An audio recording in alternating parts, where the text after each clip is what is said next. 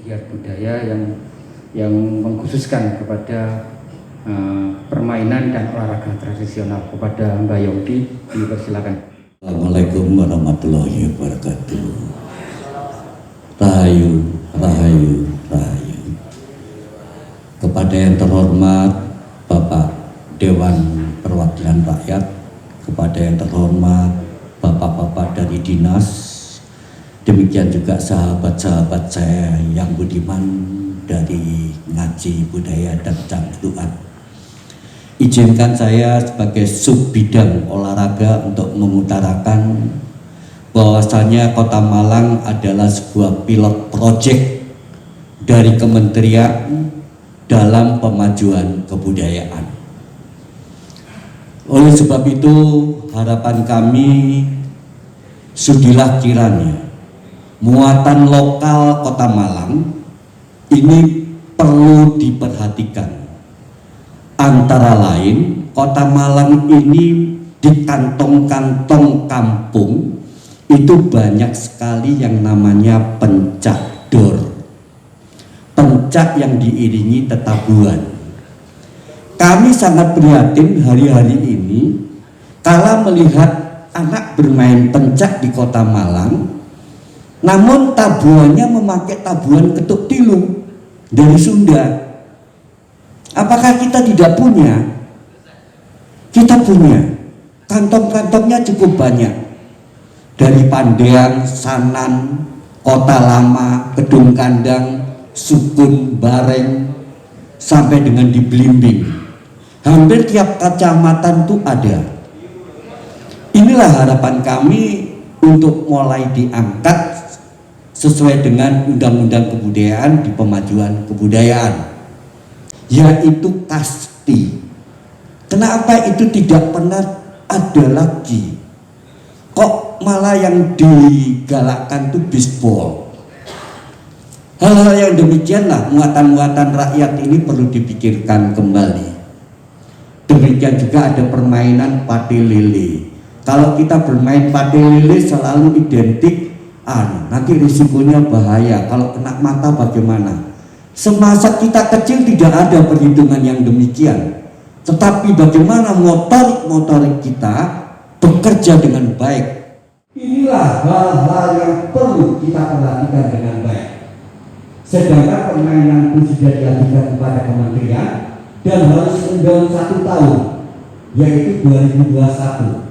Seharusnya tahun 2022 ini sudah ada tindak lanjut dari pemerintah untuk menanyakan sejauh mana apa yang diusahakan entitas Kota Malang ini menjadi ciri khas yang baik. Kota Malang dalam permainan tradisional cukup banyak, tetapi yang kita khususkan sekarang yang sudah hampir punah, antara lain pasti, antara lain tadi permainan-permainan yang sudah kita sebut ini. Nanti kami dari tim akan mengajukan semuanya audiens kepada panjenengan. Matur nuwun. Wassalamualaikum warahmatullahi wabarakatuh. Rahayu, rahayu, rahayu. Di Suroso, beliau ini orang kabupaten, menetap di Kota Malang, dinasnya di Batu. Terima kasih. Assalamualaikum warahmatullahi wabarakatuh.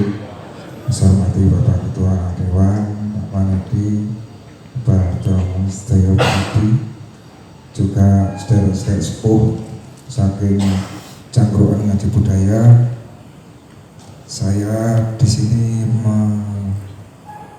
mewakili dari sub bidang kesenian yang terhormat Bapak Suarjana, juga Ibu Kapit, Ibu Dian Budaya ini. Kami di sini diberi tugas yaitu bagaimana kesenian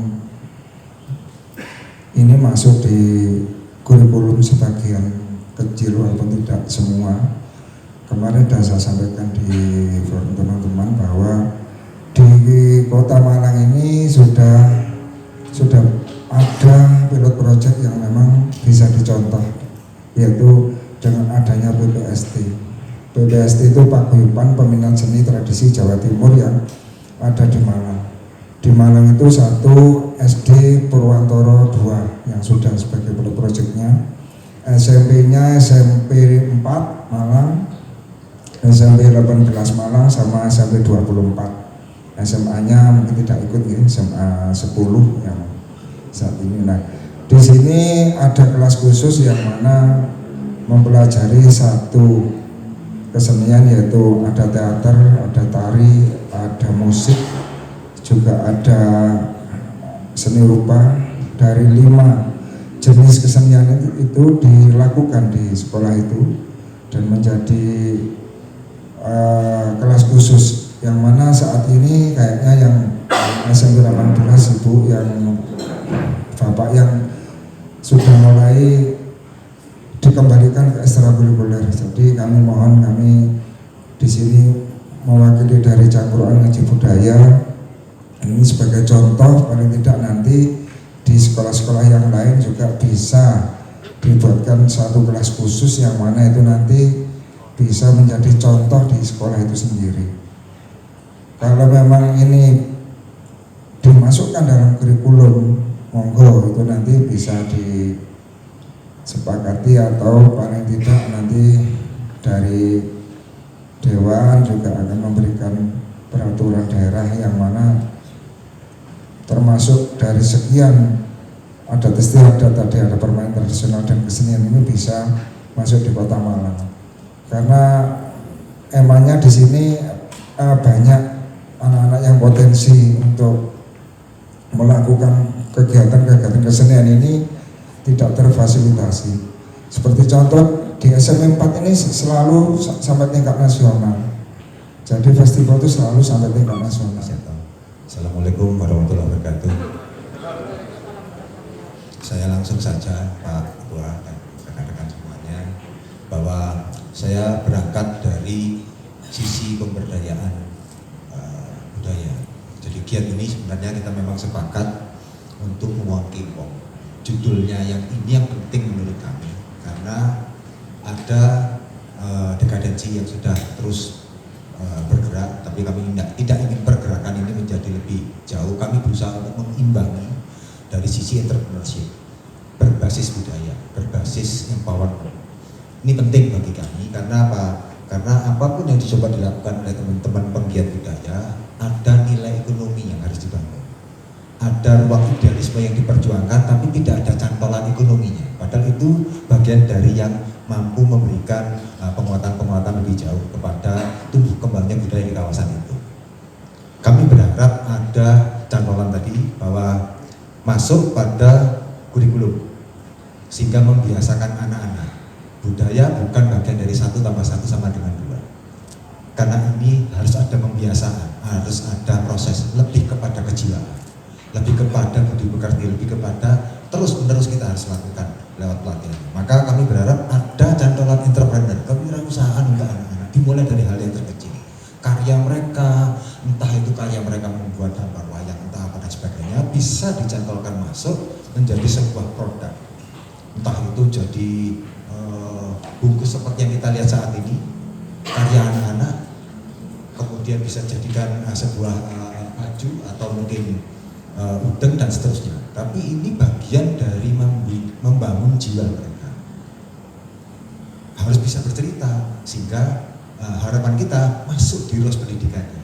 Ada cantolan pendidikan, ada cantolan pariwisatanya, dan ada cantolan ekonominya. Tidak ada kegiatan yang tidak berbasis ekonomi yang bisa akan berkembang. Harapan kami itu sebenarnya yang kita ingin coba lakukan. Dari Kamar Dagang berharap ini bagian dari orkestrasi bersama-sama, tapi kalau tidak ada cantolannya kan sulit. Harus ada payung hukumnya. Sementara payung hukum tadi sempat kita ngobrol sama teman-teman, loh kalau sudah ada perdanya kenapa tidak coba dijejaki yang bisa ya? Nah, kita coba ngobrol nanti di harapan kita ada ruas entrepreneurship berbasis budaya. Cangkruan Ngaji Budaya yang saya hormati di bawah pimpinan Gus Isan. Sebelumnya mohon maaf saat hari Senin kemarin saya tidak bisa hadir. Saya hanya mewakilkan Dian selaku yang membidangi budaya, karena bersamaan saya harus ada acara dengan BPKP juga kaitannya dengan pilot projectnya Dinas Pendidikan untuk mitigasi risiko. Karena kalau sudah berbicara pendidikan itu sangat luar biasa, keliru sedikit ya luar biasa. Nah, makanya harus kami dampingi ya. Alhamdulillah sore hari ini memang saya khususkan, walaupun saya tidak telepon khusus kepada Ketua Dewan, tapi saya khususkan ketemu dengan penjenengan. Apalagi kalau sudah berbicara pendidikan, berbicara budaya. Sepakat bahwa di awal kalau kita berbicara budaya itu pasti, kalau orang tahu budaya pasti tahu wongke orang. Sepakat gitu? Saya sepakat. Karena kebetulan saya juga lahir dari kota budaya, dari Bantul, Yogyakarta. Saya juga pelaku seniman. Monggo kalau mau main koprak bareng saya, ya. Saya biasa dulu dengan Mas Maroko, dengan Mbak Yati Pesek, dengan Mas Hidayat kalau di Sabta Mandala. Saya generasi berikutnya.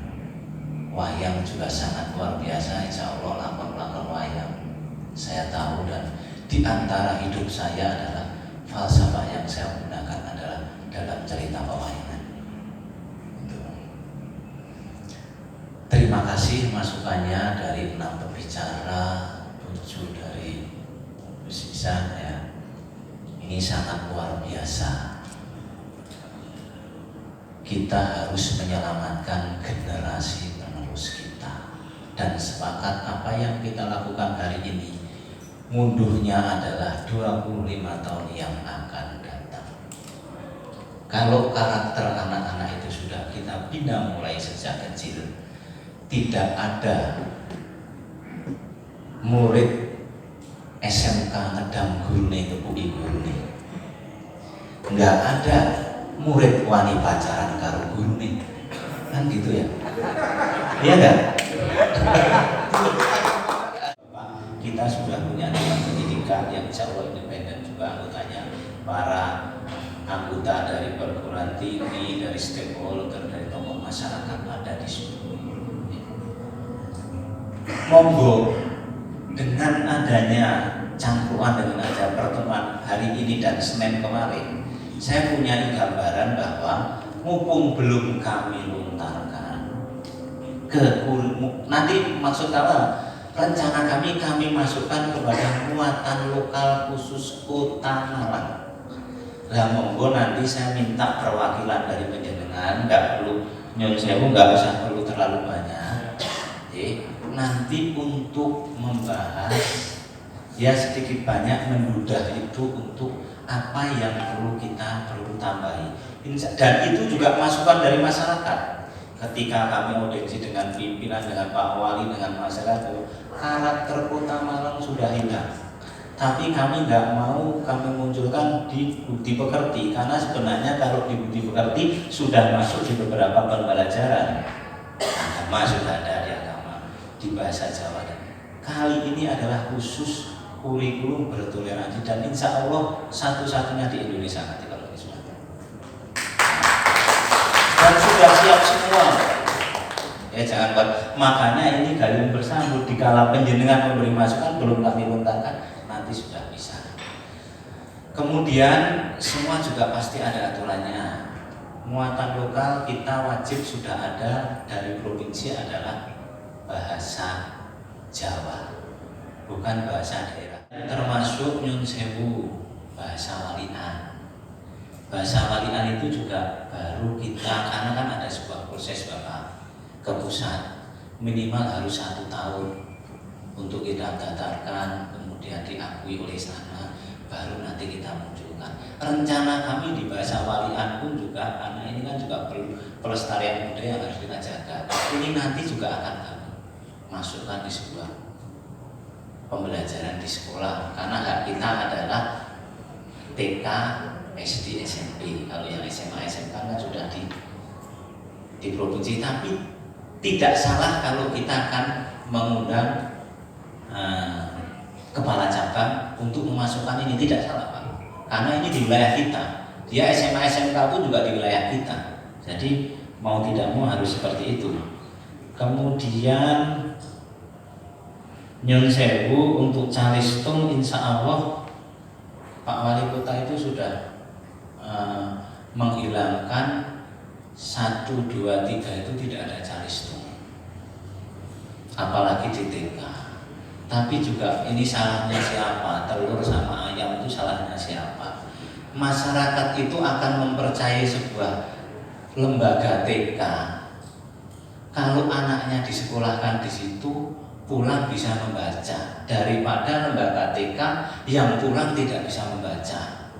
Kan masyarakat sendiri yang menghendaki. Kalau kita sudah menghilangkan, Pak, Calistung sudah menghilangkan. Apalagi nyun sewu, sekarang penerimaan siswa baru SD itu mutlak usia. Tidak ada tes tulis hitung, tidak ada. 1 usia, kedua kalinya jarak.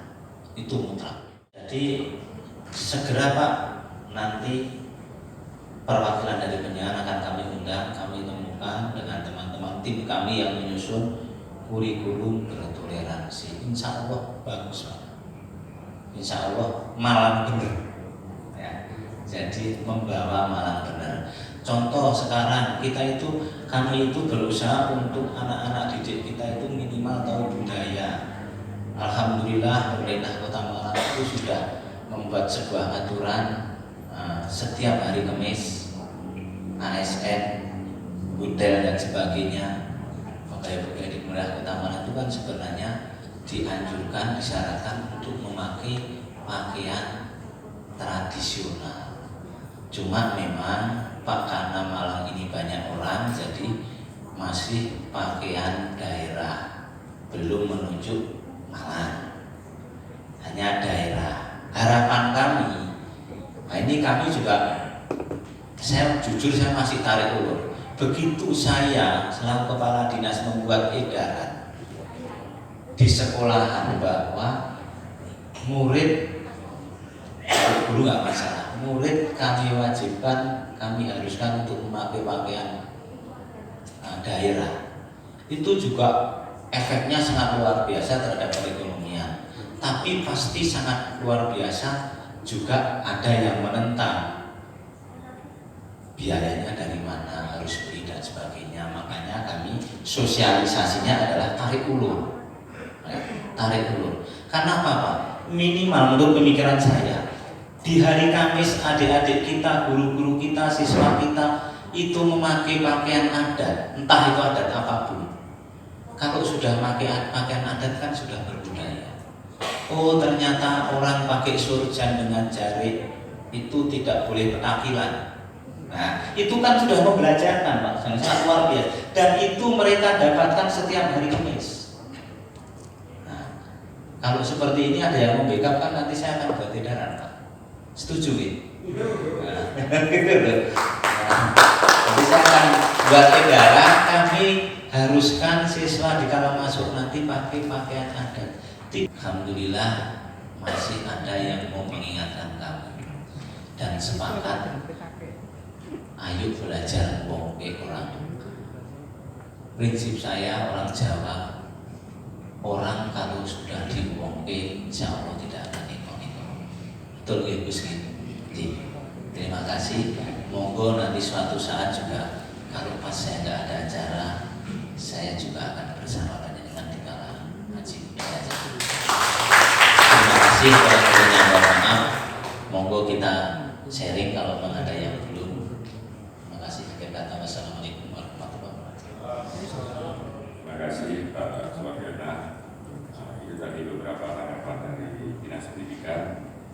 Ingat bersama bahwa Pak Suwardiana ini the most wanted di tahun ajaran baru, paling mencari orang di tahun ajaran baru. Dengan sistem zonasi, jangankan dengan saya kesulitan mencari.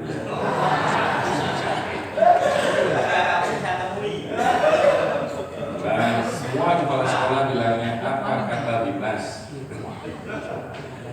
Tadi beberapa masukan dan memang di antara sekali bahwa dinas pendidikan sangat mendukung dengan latar belakang Swardiana. Jadi kalau saya melihat yang paling pas untuk penetapan di dinas OPD yang paling pas ya Pak Swardiana ini salah satunya. Kelihatan dari latar belakang budaya, kemudian cara penyampaiannya hingga gaya bersambung.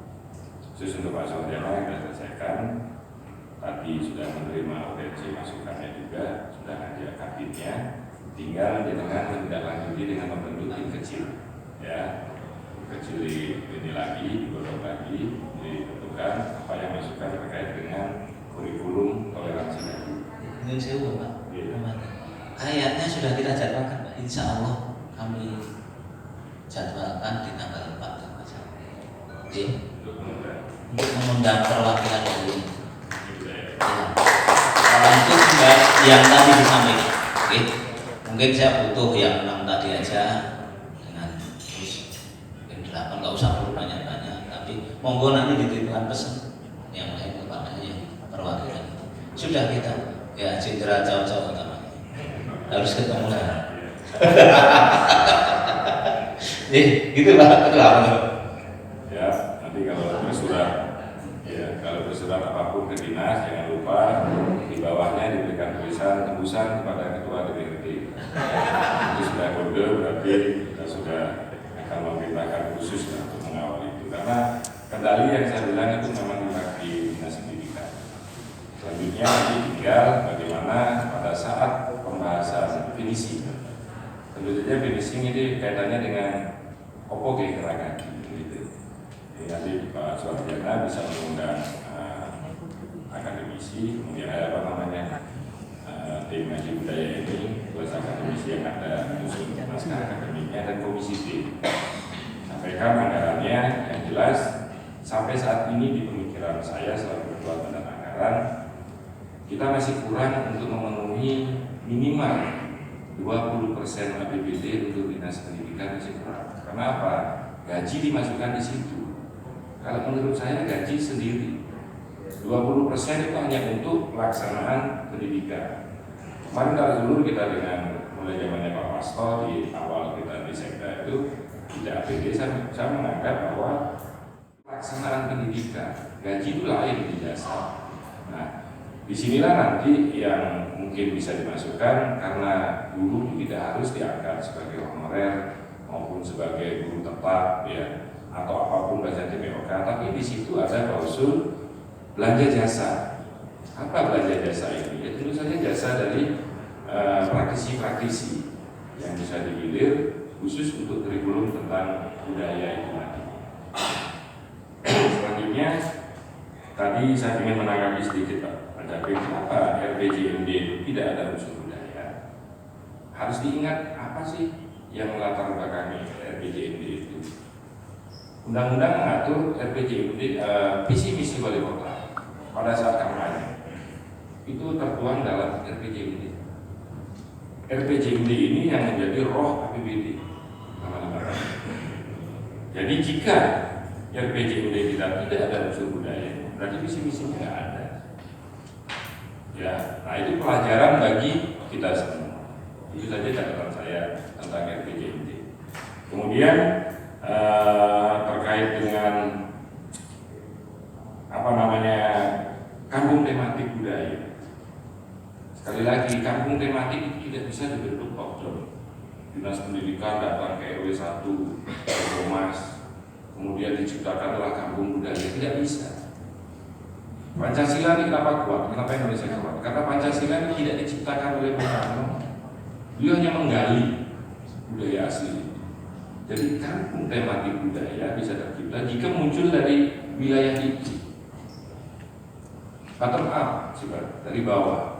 Kalau itu terjadi, maka saya yakin kampung budaya pasti bisa. Tapi kalau dibentuk, disulam nggak bisa, karena rohnya nggak punya. Berapa sih kekuatannya? Justru kekuatan sebenarnya itu ada di pelaku langsung yang bersentuhan langsung dengan kampung itu, siapa warga sekitar. Pemerintah sifatnya hanya stimulan. Oke lah dibantu 2 juta, 3 juta, tapi dari warga akan muncul. Nah, ayolah kita munculkan dulu adalah bagaimana kesadaran budaya itu muncul.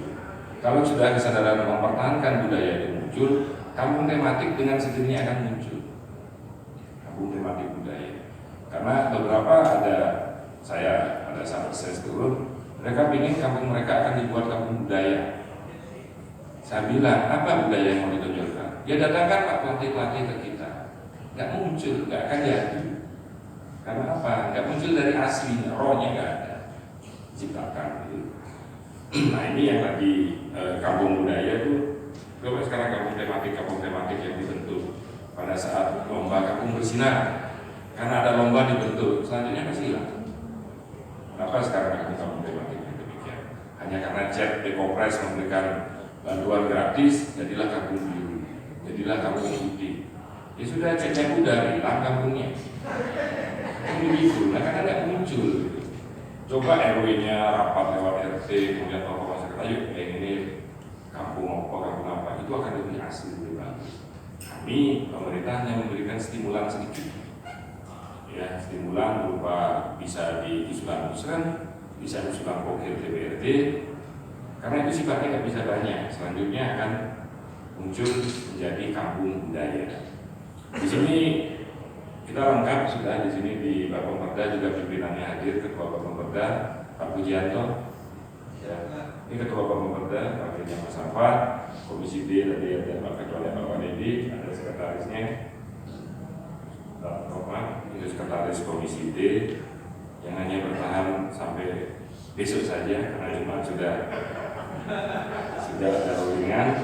Selanjutnya saya minta Bapemperda silakan untuk memberikan penjelasan tentang Perda inisiatif, karena ini masih awal, pansusnya belum dibentuk, ya pansus belum dibentuk, masih awal. Jadi pas dengan datang, makanya saya sangat antusias untuk memberikan masukan di pendidikan nanti teknisnya di Perda ini, kebijakannya yang kuat. Pak Yunan luar biasa, konsep ini yang kita minta sehingga Perda ini menjadi kuat. Kami menyadari DPRD dipilih bukan berdasarkan kapasitas dan kemampuan. Saya tadi merinding dari kemampuannya Bu Sisa, jauh kita. Tapi kita dipilih karena banyak teman.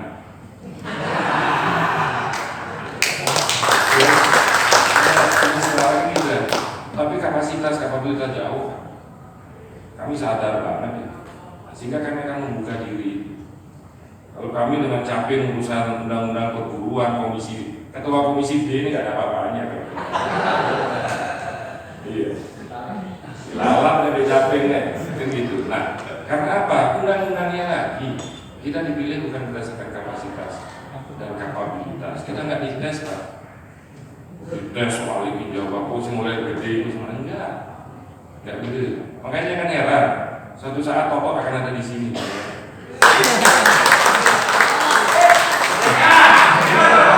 Kalau Pak Rosani kapasitas kapabilitas pasti. Kita tunggu juga di sini. Ya. Inilah yang kita bilang itu, sehingga kita akan membuka diri. Kalau mungkin nanti penyampaian lewat ada yang kurang berkenan, sekali lagi saya sudah ya. Jadi monggo dari Bapak Perda bisa menyampaikan tentang inisiatif kita, peran Perda inisiatif kita tentang kemajuan kebudayaan. Terima kasih Pak Ketua. Assalamualaikum warahmatullahi wabarakatuh. Shalom, Om Swastiastu, Namo Buddhaya, Rahayu. Yang saya hormati pimpinan DPRD, yang saya hormati anggota DPRD, yang saya hormati Kepala Dinas Pendidikan, dan yang saya hormati seluruh tamu undangan dari audiensi kebudayaan.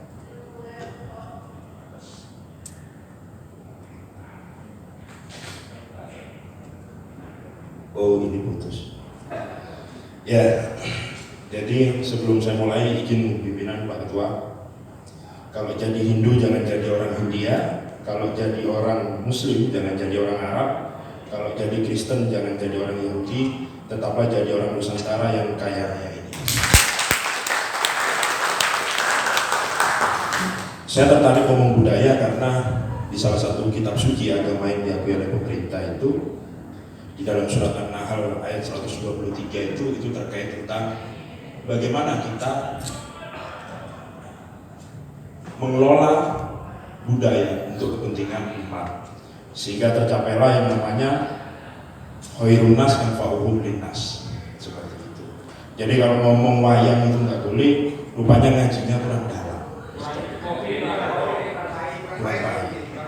Itu Smifta gitu ya. Ya, jadi ada 3 ran perda. Saya tertarik tadi dikatakan oleh Pak Suwarjana, alhamdulillah kalau ada kurikulum terkait toleransi, karena ada 3 ran perda yang akan berkaitan, yaitu adalah ran perda pemajuan kebudayaan Kota Malang, kemudian ada ran perda pesantren yang hari ini jujur saja dengan banyaknya radikalisme intoleran yang ada di pondok-pondok pesantren, ini juga berkaitan nanti dengan yang namanya ran perda kehidupan bermasyarakat toleransi. Mudah-mudahan 3 ran perda ini bersambung. Tadi ada sebuah penyampaian dari Pak Yunan tadi, kenapa kok kemudian ran perda ini tidak di-merger? Mau kami Pak, kami pernah mengusulkan ke Pak Wali Kota membuat sebuah perda omnibus law. Cuma rupanya hukum ini kan mobilnya kan cepat, berubah-ubah, sehingga kami tidak mau nanti kita kalah kabur. Tadi juga disebutkan perda terkait pendidikan juga sudah lama, kenapa kok nggak diganti, kenapa copy paste? Itu menjadi kendala bukan hanya di Kota Malang, se-Indonesia.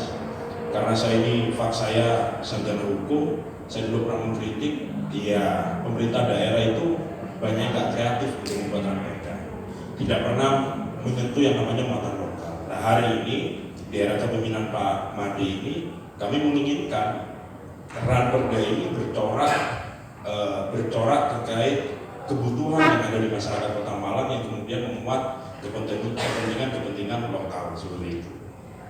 Jadi kalau terkait dengan kesimpulan yang jenengan sampaikan tadi, saya menyampaikan di dalam ran perda kebudayaan, kenapa kok ran perdanya nggak saya kasih? Aturan mainnya itu Pak, bukan kami tidak mau kasih. Izin Pak Ketua, itu nanti akan kita kasih ketika sudah ada pansus.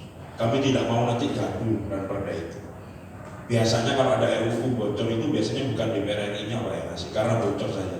Tapi kalau sudah ada pansus, kewajiban kita memberi ke masyarakat, karena di sana nanti ada yang namanya hearing, audiensi, mengundang tokoh-tokoh masyarakat, mengundang stakeholder yang memiliki kepentingan. Nantinya akan kami undang. Sedikit mungkin saya menjelaskan saja. Yang pertama adalah tentang ran perda kebudayaan, di mana tujuan kami adalah mengembangkan nilai-nilai luhur budaya daerah yaitu Kota Malang. Itu tertuang di dalam pasal 4-nya. Kemudian 10 pokok tadi itu sudah tertuang di dalam ran perda kita, yaitu objek kemajuan kebudayaan daerah meliputi tradisi lisan, manuskrip, adat istiadat, ritus, pengetahuan tradisional, teknologi tradisional, seni, bahasa, permainan rakyat, dan olahraga tradisional. 10 objek itu yang akan kita atur. Yang kemudian, hari ini kenapa kok kami menginginkan yang namanya perda kebudayaan, pemajuan kebudayaan? Kami menginginkan ada yang namanya musrembang tematik nantinya, di mana musrembang tematik itu yang bertujuannya tidak lebih adalah ada pokok-pokok pikiran dari pemerintah daerah yang titik konsennya itu terkait dengan kemajuan kebudayaan untuk di Kota Malang, dan itu tertuang di dalam bab 2 tata cara penyusunan pokok-pokok pikiran kebudayaan daerah. Lebihnya sampai ketemu di forum-forum selanjutnya. Mohon muwaffiq ila aqwamit thoriq. Wassalamualaikum warahmatullahi wabarakatuh.